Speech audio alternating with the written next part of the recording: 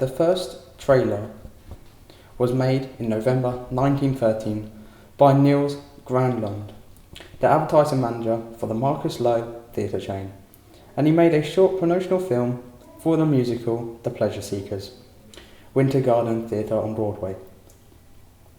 It contained rehearsal footage. It showed what audiences could expect. It was made with the purpose of tempting the audience to come and view the show.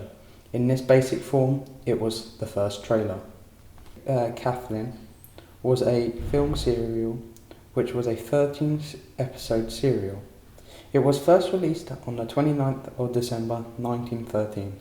It is considered the first of the cliffhanger serials. The Adventures of Kathleen was the second serial ever made by an American film studio.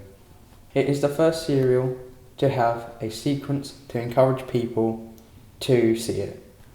Film trailers this year as promotions would play after the film played, which is how they got their name trailer, as they came on after the film played.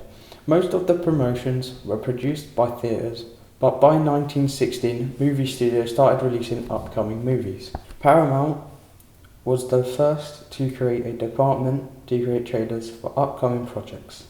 The first film trailers were pretty basic, and it was a scene taken from the movie, which main focus was the stars, action in the scene, and romance, with lots of titles appearing on the scene with a voice-over narrator reading out the titles. The Jazz Singer was a 7-minute trailer, what changed trailers forever. It had a man step in front of a black curtain and talked to the audience using a synchronized soundtrack. I am privileged to say a few words to you. There was very little money in the trailer making and renting business for studios, but a group of businessmen figured out a way to make money from trailers. When they did this, they created a company that had a monopoly on movie trailers for nearly 4 decades, as they were the only ones in the business. This was known as the National Screen Service. The NSS opened an office in New York City in 1990 by Herman Robbins. What the office did was take stills, spliced in titles, and sold these trailers to movie theatres, and they didn't ask permission from the filmmakers. However, filmmakers didn't seem to mind so much that this was happening. Lots of studios signed deals to submit their films to the NSS to make into trailers, as it was good publicity for them. 1940s, the NSS in the 1940s moved to paper and poster advertising and have contracts with all the major Hollywood studios. The NSS make money through signing movie theatre owners to a contract. NSS rent out their poster and trailer needs on a week-by-week basis, and the NSS take a same royalty to the studio. A big company in the film business may try to make their own trailer occasionally. However, it was mainly the NSS who made the trailers, as they were most dominant during the 1920s and 60s. They created template-style trailer, which they used specific styles which were making the trailer. They were very basic. Film directors in the 1960s started to have more interest in making stylish trailers, which started to affect the NSS, as they were no longer going for them to make the trailers, as they had other plans instead. The trailers were most focused on story and actors. Everything is seen as a selling point. Casablanca has a lot of similarities to modern trailers, as it has lots of cuts between scenes using edits. It also has dramatic music, what is seen a lot in trailers now. It also has a voice-over, what tells a story about the film, and we sometimes still see that in trailers that happen today. Alfred Hitchcock was one of the most famous film directors of all time.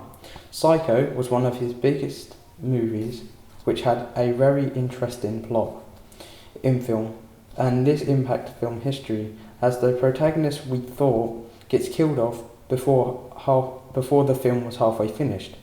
Hitchcock was very secretive over his movies to keep them a surprise to watch. Actors didn't do publicity interviews, and trailers gave away very few details about the film. Hitchcock wanted to keep his films low profile in order for them to surprise the audiences that were watching.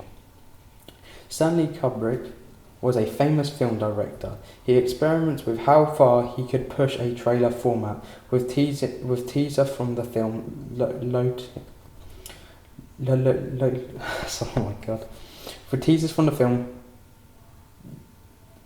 Lolita. Fast cutting became the normal by 1990s. In the 1970s and 80s, there was less space for poster advertising due to the NSS. Due to this, the NSS started. I'll just restart that. In the 1970s and 80s, there was less space for poster advertising. Due to this, the NSS started to fall apart, and movie studios and production companies started to take control over promotion for their productions rather than the NSS just creating trailers for them. Jaws is one of the most well-known films, and it is very important in film history. It opened in 464 theatres on the 25th of June 1975. It grew bigger within a month. It was in 675 theatres. Jaws made a box office of $7 million in just the first weekend, which it ended up making $470 million worldwide, and was the highest grossing box office film until Star Wars overtook it 2 years later. Jaws was a blockbuster film.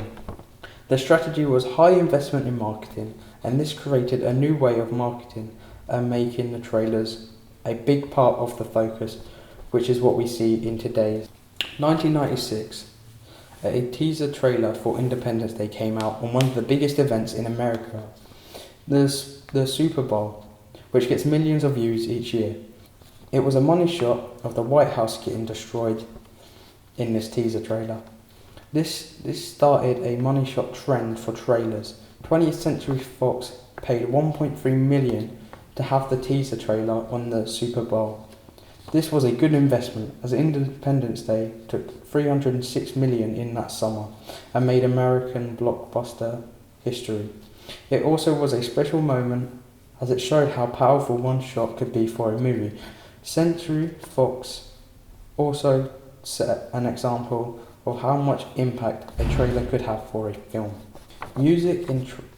Modern trailers have to be so precise with what things they pick for the trailer. Music is in almost every trailer you see now, and it always links to the scenes they are showing. Like in Avengers Infinity War, the trailer has music in which starts off slow, and it sounds kind of sad and depressing, and we see sad and depressing scenes throughout the first bit. Then it starts to slowly pick up pace when they are starting fighting and there is action, and towards the very end we see the title, and then we see the Avengers theme song play.